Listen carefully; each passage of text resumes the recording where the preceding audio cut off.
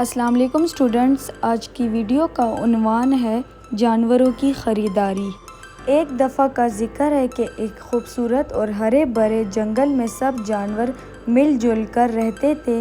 اس جنگل کا راجا شیر خان چاہتا تھا کہ جنگل کے جانور زراعت اور تجارت سیکھیں تاکہ مشکل وقت میں سب کے پاس کھانا موجود ہو۔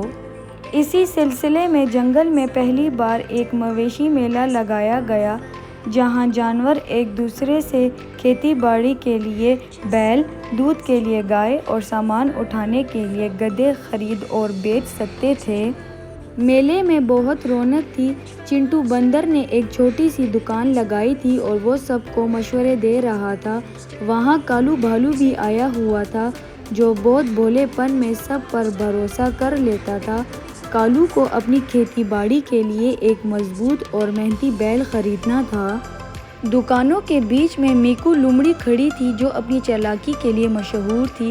میکو کے پاس ایک پرانا تھکا ہوا اور بہت ہی بوڑھا بیل تھا۔ اس نے سوچا کہ کیوں نہ اس بیل کو چمکا کر کسی بھولے جانور کو مہنگے دام بیچ دیا جائے۔ میکو نے بیل کو اچھی طرح نہلایا، اس کے سینگوں پر تیل لگایا اور اسے رنگ برنگی رسیوں سے سجا دیا۔ دور سے دیکھنے میں بیل بہت تندرست لگ رہا تھا۔ کالو بھالو گھومتے گھومتے میکو لومڑی کی دکان پر پہنچا۔ سجے ہوئے بیل کو دیکھ کر اس کی آنکھیں چمک اٹھیں۔ کالو بھالو: میکو بہن، یہ بیل تو بڑا خوبصورت ہے، کیا یہ کھیت میں اچھی طرح ہل چلا سکتا ہے؟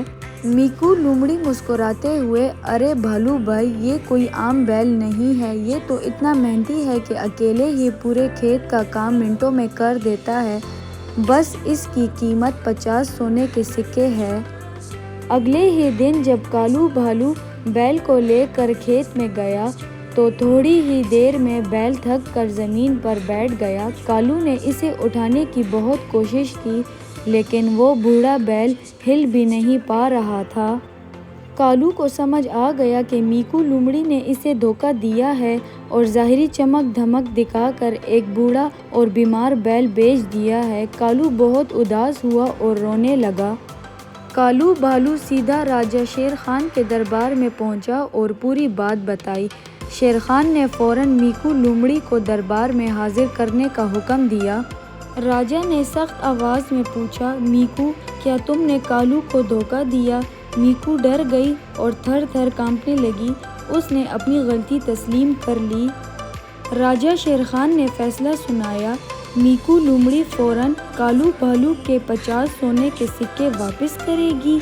دھوکہ دہی کے جرم میں میکو پر 20 سکوں کا جرمانہ لگایا جاتا ہے، جو جنگل کے غریب جانوروں میں بانٹے جائیں گے۔